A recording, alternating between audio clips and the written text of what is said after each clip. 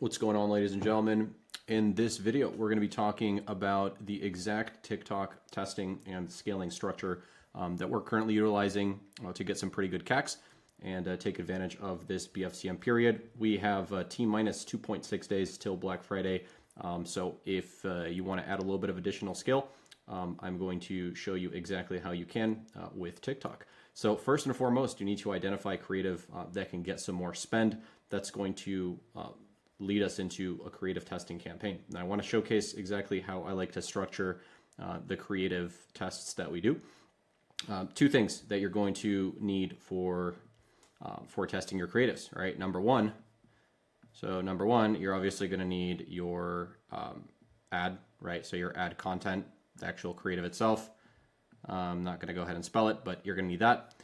Number two, you're going to need to have a landing page that you're going to be sending people to. Now, one of the things that most everybody does is send traffic directly to PDP, which is perfectly fine.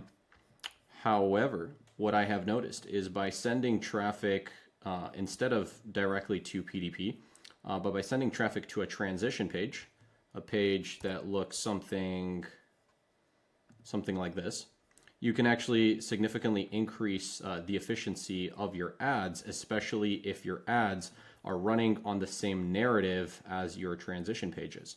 So let's kind of walk through on what I mean by this. Our ads are going to be gifting focused. Most of the ads that you guys are running during this period of the year should be gifting focused if you're trying to take advantage of gifting intent. By creating a transition page, a page that stands in between, right? So you have your ad and you have the transition page that's kind of in between. And then from transition page, it goes to your product page. By having a transition page in between your ad and your product page, you can further curate your demographic that's coming to the site from your ads. And if your ads are telling them that they should go get a good gift for their girl, and they come to a page that's saying craft a gift she'll never forget, it's simply going to re-emphasize the benefit that they're going to be getting for opting in and buying a product. Few ways that you can actually structure these. We do have a piece of content that is on Ecom Live that goes into exactly how to create these and test these. It is completely free. You just go and search up landing pages, mastering landing pages. It's an hour-long video where we directly dive into how to create these, importance of them, and then further kind of into the video, how to test them, the different structures you can use on both Meta and TikTok to test them. In this video, I will be not going over how to test landing pages, but I do want to talk about them because we are primarily sending traffic to this transition page.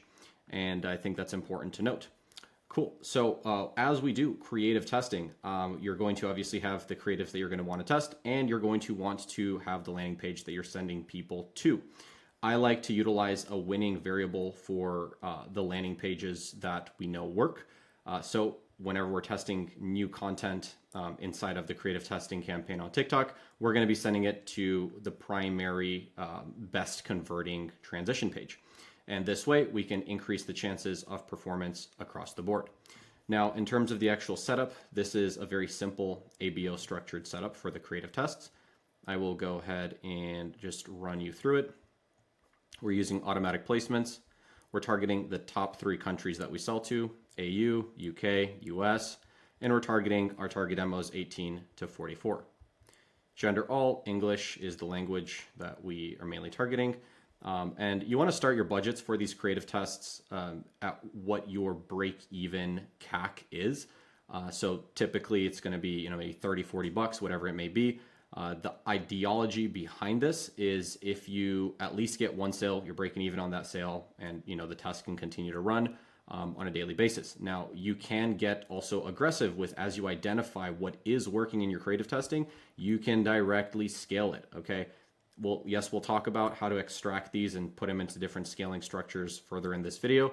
But first kind of point I want to make is when you identify something that is working, whether on TikTok or Meta, directly scaling it where it lies is a very, very valid option that can work really well and add a good amount of scale to your store.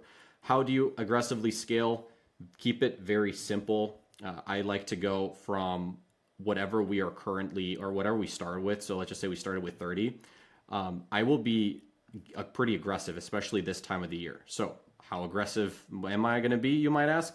I will be typically adding 50 to 100% to this budget, depending on performance. So let's just say performance is kicking ass. I'll take it from 30 to 60, okay?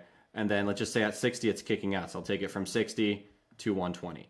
Again, yes, this is aggressive, but we are during a period where you can be more aggressive because the intent is higher. Cool. Going further, we have optimization goal at value. We don't have any target return on ad spend here. And obviously 7-day click, 7-day view is our attribution settings. If we open up the ad level here, I like to run everything using Smart Creative turned on. This will allow you to maximize the amount of creatives that you can have inside of any group. You can see here we have 5 of our top performing creatives that are, excuse me, all utilizing a certain sequence. These are multiple variations of the exact same concept. And then we have very urgency-based copy. And obviously our URL is going to that transition page that we talked about. Cool. So as you test different concepts, again, you can have one concept per ad group here. And then inside of that, you can have multiple variations that you are testing. As you identify winning pieces of content through this manner, you're going to want to start consolidating these underneath the same roof to be able to put more ad spend to it. How can you do so? You may be asking. So how do you actually consolidate all of the creatives that you're identifying inside of the testing phase into a scaling campaign?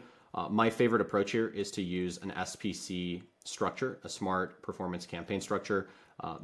TikTok recently updated it so that it's now blended with the default manual campaign structure. So I want to kind of explain how this is going to look like to set up. It's going to be really straightforward. You're just going to click on create a new campaign. We're going to click on sales. We're going to click on website here. You're going to see the SPC option is no longer available, but again, I'll explain on how to actually utilize it. You're going to want to turn off catalog ads. You're going to want to, put whatever name you want to have in there. Automatic campaign budget. I like to typically set this, if it is a scaling campaign, at least $200 per day. And we're going to click on continue. After we click on continue, this next page is all going to pretty much be left on default. This is what's going to allow basically SPC to be kicking in. So it's so funny to me how TikTok is completely following Meta's footsteps, how they forced Advantage Plus on everybody, and now TikTok is forcing SPC on everybody. Comedical to me. Anyways, you want to leave pretty much everything on default here. Just ensure your goal is conversion. Make sure your pixel's connected. Make sure you're optimizing for purchases. And you want to literally scroll through here. Ensure you have the locations you want to target and the audience segments that you want, the ages that you want to be targeting. I'm going to take off 55 here just because we don't typically see too many people over 55 ordering our products. You want to hit continue. And this is where we're now going to actually add our ads. Now, what I like to do for this structure is I like to start consolidating all of our assets inside of really stacked instead of really stacked ads. Now, what do I mean by this? I'll go ahead and just exit out of this preview here so we can take a look at the actual SPC here that's running. And again, just kind of to show you guys the performance of these, you can see just this month alone, we spent, I think, 24,000 between these few campaign levels. And we have some really good CACs that are coming in from here. The scaling one here is getting about $22 CACs, super profitable, and spending about $1,600 a day. It has been scaled. Let's go ahead and take a look at what happens after you get that campaign level and the ad set level created. You're going to see that we have it now stacked with different groups of content. Now, I want to just elaborate a little bit on how these stacks are actually created. If we go ahead and edit any one of these, you're going to see that there's a bunch of creatives in every single one of these ads. And what you can do is you can literally take all of your top performing content and stack it in these types of groups that are sending people to different locations. Okay, and I'll explain what that means. You can see this one here, we're sending people over to that transition page, and you can see this is a batch of 22 pieces of content. TikTok recently increased this to allow for up to 50 pieces of content per each ad group. However, I typically am adding, maximum up to 30, I would say. And yeah, these are literally just top performing pieces that are injected and consolidated underneath the same ad group. What you'll notice is that we don't just have one ad inside of here that's stacked with the winners, but we have multiple different ones that are stacked with the winners. And I want to also tie in on what are the different variations that you can actually create here. So if we open up this second one here, you're going to notice that we do have some of the same assets that we're running inside of the previous one that we just looked at. However, we're sending them to a different landing page. This one here is going to our collection page. So you can do variations where you're sending to collection page, where you're sending directly to product page, where you're sending to transition page. You can stack them in here, and you can let the algo quite literally determine which one's going to be giving you your optimization goal, which is going to be for purchases, right? So what's going to actually get you the most amount of conversions. If we kind of keep frolicking down, you'll notice this here is going to be a different group of ads. So you can see different group of ads, separate group of ads, going to collection page, et cetera, et cetera, et cetera. That is how to structure it. How do you actually scale these? Again, it's going to be very similar to how we scale on the creative testing level. You can get really aggressive with the budgets, going from anywhere from 50 to 100% increases depending on performance. If you're hitting way above your target CACs, if you're hitting way below your target CACs, then you can get even more aggressive with it. If you're seeing really good returns, you can get even more aggressive with it. I typically will stick between the 50 to 100% increase range. Almost forgot to mention, if you would like to work one-on-one with me, I have 2 more spots available at the current price, and then we will be increasing it. We have one-on-one scaling that's happening this entire Q4. If you're interested to scale with myself as well as other 8-figure founders, feel free to check it out on ecom.live/pricing. That's the setup that I have for you guys today. Hopefully this was beneficial, and let me know if you have any questions. Cheers.